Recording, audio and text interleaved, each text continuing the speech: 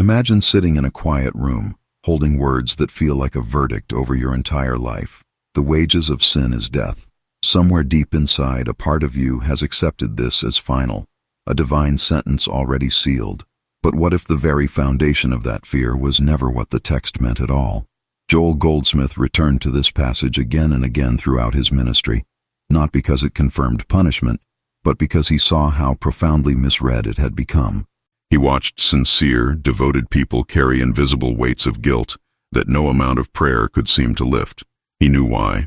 The word translated as sin in this passage carries a meaning far older and richer than moral failure. In its original context, it pointed to something far more precise, a state of separated consciousness, a forgetting of divine identity. Death, likewise, was not a grave. It was a condition of awareness. What Goldsmith discovered was not a softer version of the text. It was the actual text, restored to its mystical depth. And once you understand what these words truly describe, they stop functioning as a threat and begin functioning as a precise spiritual map pointing you back to life itself. Before we go deeper into what Goldsmith actually taught about this passage, you need to understand the climate in which most people first encountered these words. They arrived through voices of authority, preachers, parents, teachers, who themselves had inherited a punitive interpretation passed down through generations. That inherited framework made guilt feel sacred, it made suffering feel deserved, and it created a psychological architecture in which people unconsciously believed that spiritual growth required first paying a debt. This is the trap, and it is a trap built entirely from misinterpretation. Joel was not a rebel against Scripture. He was a restorer of it. His entire life's work was rooted in the conviction that the mystical teachings of the Bible had been overlaid with theological fear, and that beneath those layers was a living, liberating truth. The wages passage was one of his most important recovery projects. He would often say that when you read the Bible with the eyes of condemnation, every verse becomes a courtroom. But when you read it with the eyes of consciousness, every verse becomes a doorway. Your eyes, right now, are about to change. The Greek word behind sin in this passage is hamartia. It does not mean wickedness in the way modern readers assume. Its root meaning is to miss the mark, specifically, to miss the awareness of what you truly are. It described an archer whose arrow falls short, not a criminal standing before a judge. This distinction changes the entire architecture of the passage. You are not being threatened. You are being shown a spiritual law, one that operates as naturally and impersonally as gravity. When consciousness misses its true identity, a certain quality of experience follows. That quality, Goldsmith explained, is what the text calls death. Not physical death necessarily, though suffering, illness, and despair are absolutely part of what that word encompassed. Death here means a kind of aliveness that has gone dim, a life lived from the surface of things, disconnected from the infinite source that sustains all genuine vitality, creativity, and peace. Once you hear it this way, you realize the passage is not a punishment. It is a diagnosis, and every good diagnosis points toward healing. Goldsmith spent his entire career teaching what that healing actually looks like, and it begins not with moral reform, but with a shift in how consciousness sees itself. Here is where Joel's teaching becomes remarkably practical. If sin means separated consciousness, a forgetting of your divine nature, then the reversal of death is not moral perfection. It is recognition. It is the awakening of awareness to what has always been true about your identity in God. Goldsmith called this the practice of the presence, not a ritual, not a petition, a conscious returning, moment by moment, to the awareness that life itself is your true nature, that you are not a human being seeking God, but an expression of the infinite already complete and already whole. This is the cure the passage itself implies. The wages of separated awareness is a diminished experience, but the gift, the grace, of recognized divine identity is life in its fullness. You begin to see this passage not as a threat hanging over your failures, but as an invitation pressing toward your awakening. Every scene that follows will show you exactly how Goldsmith taught people to make that return, and the transformation he described was not sudden in most cases. It unfolded over weeks and months of practice, a gradual brightening of inner awareness that eventually changed everything visible from the inside out. Consider a man named Frank who had carried the weight of this passage for most of his adult life. He had grown up in a strict religious household where the phrase was quoted regularly as a warning. By his 40s, he had internalized it as a permanent verdict, a background hum of unworthiness that colored every experience, every relationship, every attempt at prayer. Frank came to Goldsmith's work through a recording he almost didn't listen to. He described the moment Goldsmith explained hamartia as something physically shifting in his chest, not immediately resolved, but cracked open. The guilt that had seemed load-bearing suddenly had no actual foundation. It had been built on a mistranslation. What followed for Frank was not an overnight transformation. Over several months of working with Goldsmith's practice of the presence, he began noticing something changing in how he experienced himself. The background hum of unworthiness grew quieter, not because he had achieved moral perfection, but because he had stopped locating his identity in the category of sinner awaiting judgment. He later wrote that the passage had become one of his most beloved, not because the fear was gone, but because he now read it as a friend reminding him where to return whenever he drifted. A woman named Carol had a different entry point into the same teaching. Her struggle was not guilt in the religious sense. It was a deep, persistent fear of illness that had governed her life for years. She avoided certain foods, certain environments, certain relationships, all because some part of her believed that suffering was inevitable and that her job was to outrun it. When she encountered Goldsmith's interpretation of wages of sin, something unexpected happened.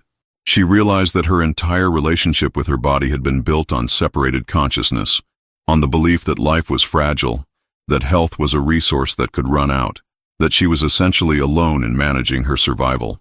Goldsmith taught her, through his writings, that the body does not generate its own life. It expresses life. And when consciousness is rooted in the recognition of infinite life as its source, the body is held in a different kind of care, not the anxious management of a finite resource, but the natural expression of an inexhaustible reality. Carol's transformation took time, months of returning again and again to that recognition before it began settling into her nervous system. But the fear did gradually lift, and with it, the compulsive vigilance that had exhausted her for years. What made Goldsmith's reading of this passage so powerful was not just its intellectual correctness, it was its mercy.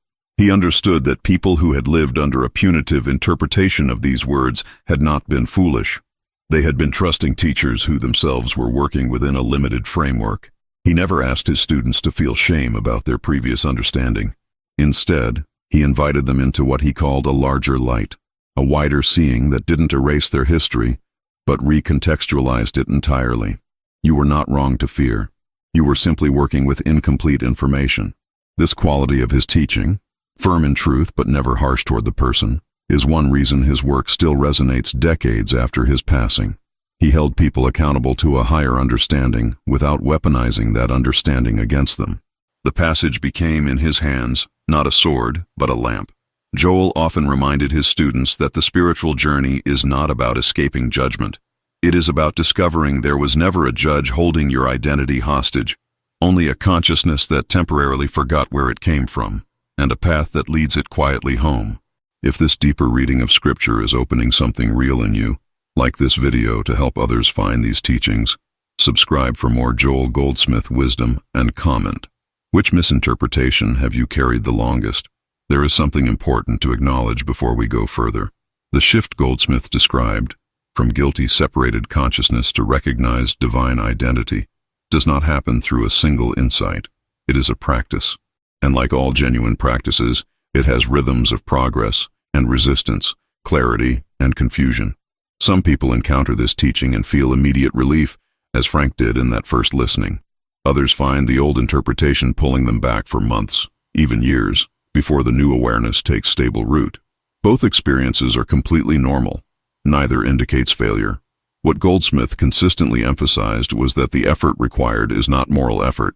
It is not the effort of becoming better.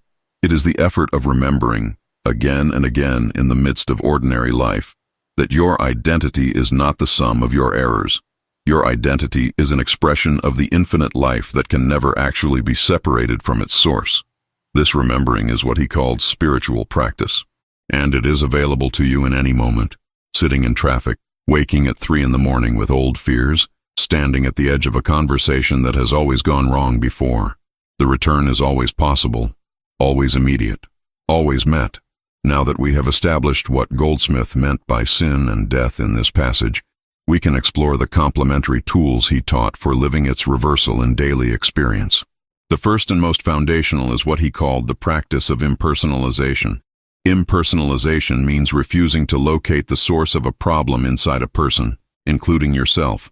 When something goes wrong, the habitual mind immediately assigns blame to another person, to circumstances, or to some personal failing that confirms the old verdict of unworthiness. Goldsmith taught his students to interrupt that assignment. Instead of asking, "What did I do wrong?" the practice asks, "What is the impersonal belief or false sense of identity operating here?" This is not about avoiding accountability. It is about locating problems at the level of consciousness rather than character, which is precisely where they can actually be addressed. When you stop treating your struggles as evidence of personal guilt and begin treating them as expressions of separated awareness seeking restoration, everything changes about how you approach them. You become a student of your own consciousness rather than a defendant before your own internal court. The second complementary practice Goldsmith taught alongside impersonalization was what he called nothingization. This term sounds unusual but describes something profoundly liberating. It is the practice of consciously withdrawing the power of reality from conditions that appear threatening or limiting. Nothingization is not denial. Goldsmith was clear about this. You do not pretend the condition doesn't exist. You simply refuse to grant it ultimate reality. You recognize that within the infinite life that is your true nature, no condition has final authority. You are not minimizing what appears. You are placing it in its correct ontological position. He would instruct students to sit quietly with a troubling condition, financial pressure, a health concern, a broken relationship, and internally acknowledge, "This appears, but it does not define what I am. It does not have the final word in the life I actually live."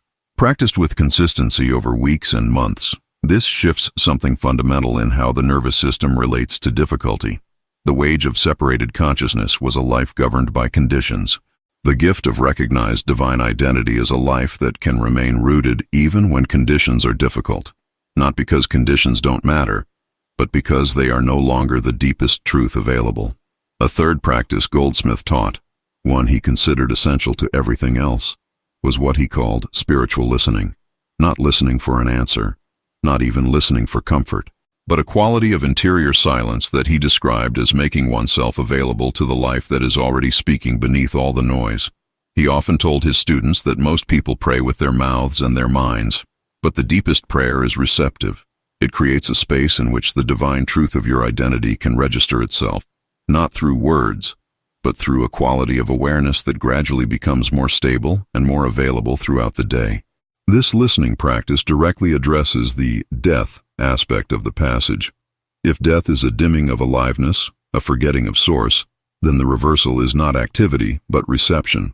Not more doing, but a quality of open awareness in which the fullness of life can be recognized again, like light returning to a room when the curtains are drawn back. Goldsmith recommended brief, regular periods of this silence throughout the day. Not long retreats necessarily, but consistent returns to that interior space. Over time, he said, the silence becomes less a practice and more a constant background reality beneath all the activity of ordinary life. These three practices, impersonalization, nothingization, and spiritual listening, are not separate techniques. In Goldsmith's framework, they are three movements of a single returning. They work together to gradually dissolve the architecture of separated consciousness and replace it with what he called Christ consciousness, the awareness of life as it actually is. What he called Christ consciousness was not an achievement reserved for saints or mystics. It was the natural state of awareness that every person carries beneath the overlaid beliefs about sin, guilt, judgment, and separation. Spiritual practice, in his framework, is simply the systematic removal of those overlays. The wages of sin, of that separated, forgetful consciousness, is a diminished, fearful, effortful life. But what Goldsmith taught is that this diminishment was never the truth of what you are. It was a temporary condition of awareness, and it is entirely reversible.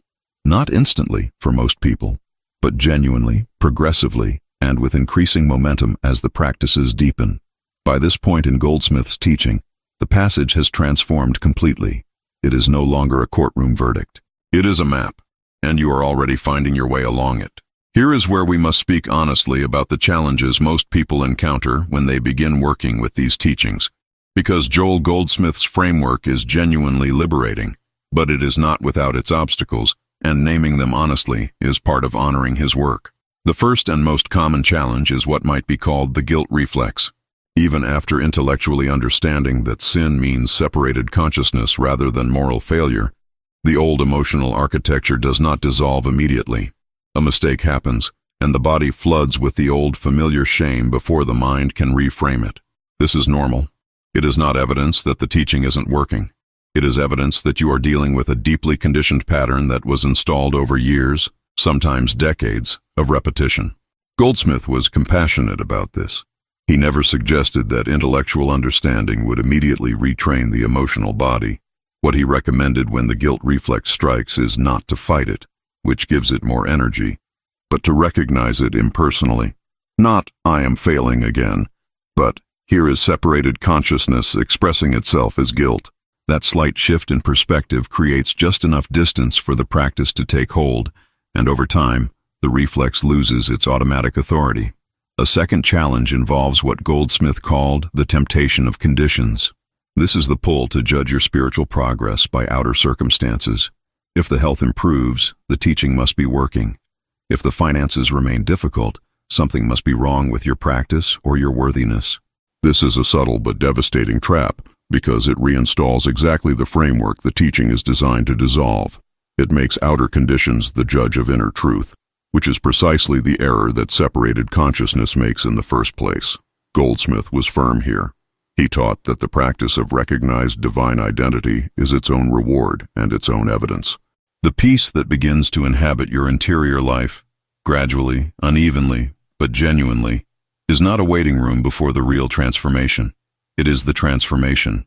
Conditions may or may not shift on a particular timeline, but the quality of inner life available to you is already changing, and that is where the wages of recognized consciousness actually live. This doesn't mean outer conditions are irrelevant. It means they are not the measuring stick, and releasing them from that role is itself one of the most liberating moves in the entire practice. A third challenge, one that surprised many of Goldsmith's students, was the resistance of the religious mind itself. People who had spent years in sincere religious practice sometimes found his teaching threatening, not because it contradicted their faith in God, but because it displaced the familiar structure of guilt and redemption that had organized their spiritual lives. Guilt had become for some of them a form of devotion. Feeling bad about oneself was how they knew they were taking God seriously. Goldsmith was sensitive to this and did not dismiss it. He acknowledged that this structure had served a genuine spiritual function. It had kept people oriented toward something higher than mere self-satisfaction. But he was also clear that a more mature spiritual consciousness eventually outgrows the guilt framework. Not by abandoning moral seriousness, but by relocating the source of right living. When you live from recognized divine identity rather than from fear of punishment, your behavior changes. Not because you're trying to avoid the wages of sin, but because the expressions of life that naturally emerge from awakened consciousness are inherently oriented toward good. The shift from fear-based to love-based living is one of the most profound transformations Goldsmith's work catalyzes. And it takes time, but it is entirely available. There is a fourth challenge worth naming, and it is perhaps the most universal. It is the challenge of continuity. Moments of genuine recognition come, a morning of clarity, a meditation that actually lands, a reading that opens something real. And then ordinary life resumes, and the awareness dims again. Goldsmith called this the ebb and flow of spiritual experience, and he considered it completely natural. He compared it to learning any skill. The moments of mastery are real, but they don't immediately replace the older automatic patterns. Both exist simultaneously for a period, and the work is to keep returning to the clearer seeing without condemning yourself for the times you forget. He taught his students to treat these contractions not as evidence of spiritual failure, but as invitations to practice. Every time the old fear returns, every time guilt flares, every time the conditions look overwhelming, that is a moment in which the practice becomes real rather than theoretical. Not a test you can fail, but a door that keeps opening. The wages of sin, of separated awareness, are experiences you will likely continue to have in diminishing frequency as your practice deepens. But the life increasingly available to you beneath and beyond those experiences is the life the passage actually points toward. If these honest teachings about the real challenges of spiritual growth are speaking to you, like to support this content, subscribe for more advanced Joel Goldsmith practices, and comment. Which challenge are you working through right now? With the foundational understanding and the honest acknowledgement of challenges in place, we can move into what Goldsmith taught about advanced integration, bringing this recognition into the most demanding territories of daily life, because it is one thing to practice the presence in a quiet meditation room. It is another to sustain it in the middle of a difficult conversation. The first advanced application Goldsmith taught was what he called treatment, not as a separate spiritual procedure, but as an interior movement available in any moment. When a challenging situation arises, the practice is to turn within immediately, not to ask for a different outcome, but to recognize the spiritual truth of the situation before responding to its surface appearance. This is an extraordinarily demanding practice, and Goldsmith never minimized that. It requires training the awareness to move inward as a first response rather than a last resort. Most people's conditioned pattern is to respond to conditions first, to react, to defend, to manage, and then perhaps pray afterward. Goldsmith reversed this. The interior recognition precedes and informs the outer response. Over months of practice, this reversal becomes more natural, not perfect, but genuinely more available. And the quality of responses that emerge from it tends to be qualitatively different from what purely reactive consciousness produces. A man named Dennis had been working with Goldsmith's teachings for about 2 years when his business faced a serious crisis. A financial collapse that seemed to threaten everything he had built was unfolding, and his first response was exactly what you might expect: fear, strategizing, sleepless nights reviewing every possible solution. But somewhere in the second week, he remembered the practice. He sat down and, instead of reviewing options, he simply turned within and recognized, life itself is the source of what I actually need. This condition does not have final authority. He didn't deny the crisis. He placed it in its correct position relative to the life he recognized as his actual ground. What followed was not magical. The financial difficulty did not vanish overnight, but something shifted in how Dennis moved through it. He began seeing possibilities he hadn't noticed before. Conversations opened that hadn't seemed available, and over the following months, the situation resolved, not instantly, not painlessly, but with a quality of guidance that he described as unmistakably different from anything his panicked strategizing had produced. Goldsmith would have said Dennis had accessed exactly what the passage implies is available when separated. Consciousness gives way to recognized identity, a life that knows how to navigate itself when consciousness gets out of the way. The integration of this teaching into relationships is perhaps its most challenging application, and its most transformative. Because our most intimate relationships are precisely where the old patterns of guilt, judgment, and separated consciousness are most deeply embedded. Goldsmith taught that every relationship is ultimately a meeting of consciousnesses. When you encounter another person from a place of recognized divine identity, when you see them not as a collection of behaviors to be judged, but as an expression of the same infinite life you are, something in the relationship becomes available that was simply not accessible from the level of separate egos negotiating their interests. This does not mean naivete. It does not mean ignoring harmful behavior or refusing to set boundaries.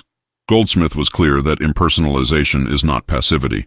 You can recognize the divine identity of another person while still responding with clarity and appropriate firmness to what they do. These are not contradictory, but the quality of engagement that becomes possible from this place is genuinely different. The defensiveness softens. The need to win diminishes.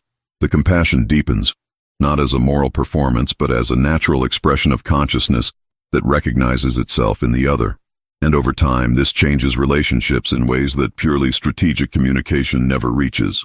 A woman named Valerie described what happened when she began bringing Goldsmith's practice into her relationship with her adult daughter, from whom she had been increasingly estranged. The estrangement had built over years of accumulated hurt, misunderstanding, and the particular weight of maternal guilt that the passage had always seemed to confirm for her. After working with the teaching for several months, Valerie made a quiet internal decision before each interaction with her daughter. She would turn within first, recognize the divine identity of both of them, and release the conversation from the burden of having to fix the entire history in one exchange. The change was gradual. The daughter did not immediately become easier. Old patterns still arose. But Valerie noticed that she was responding differently, less defensively, with more genuine curiosity about her daughter's experience. And slowly, almost imperceptibly at first, the daughter began responding to that different quality. It took over a year for something recognizably warmer to establish itself between them. Not perfect. Real relationships rarely are. But Valerie said that what made it possible was not better communication strategies. It was a change in the consciousness she brought to the threshold of every conversation. We are now arriving at the culmination of what Goldsmith taught about this passage, and it is something that can only be understood after traveling the full distance of the teaching. The wages of sin is death is not ultimately a warning. Read in the light of everything Goldsmith uncovered, it is a statement of spiritual mechanics. Consciousness that forgets its divine identity produces a particular quality of experience, one characterized by fear, effortfulness, guilt, and a persistent sense that life is something to be managed rather than expressed. This is what the passage calls death, not a punishment imposed from outside, but an inevitable consequence of a particular quality of awareness. And the reversal, life, is equally mechanical, equally inevitable. Consciousness that recognizes its divine identity, that rests in the awareness of infinite life as its actual source, naturally produces a different quality of experience. Not a perfect life free of all difficulty, but a life lived from a different depth, with a different quality of inner resource available in every situation. Goldsmith spent decades demonstrating this reversal, in his own life, in the lives of those who sought his help, in the healing work that continued to unfold around him. He was not offering a theology. He was reporting something he had directly verified. What changes most visibly when a person makes this transition, gradually over months and years of genuine practice, is not necessarily their outer circumstances, though those often do shift. What changes most profoundly is their relationship to their own experience. Fear of judgment diminishes, not because they have become morally perfect, but because the judge they were most afraid of was a construct of separated consciousness, and that consciousness is progressively being replaced. Guilt loses its structural authority, not because wrongs don't matter, but because the framework in which guilt operated as a permanent verdict has dissolved. What replaces it is not complacency. Goldsmith was clear about this. The person who has genuinely integrated this teaching tends to live with more moral seriousness, not less, because right living is no longer a performance aimed at avoiding punishment. It is a natural expression of the life they have recognized as their own identity. You cannot truly recognize the divine in yourself without beginning to recognize and honor it in everything else. This is the real transformation the passage points toward. Not escape from consequences, but the dissolution of the consciousness from which the consequences of fear, separation, and guilt actually emerge. There is a particular quality of freedom that Goldsmith's students described after years of working with this teaching. A quality that is difficult to convey, but recognizable when you encounter it. It is not the freedom from difficulty. It is the freedom within difficulty. A kind of spaciousness that remains available even when circumstances are genuinely hard. One student, a retired teacher named Howard, put it this way after a decade of practice.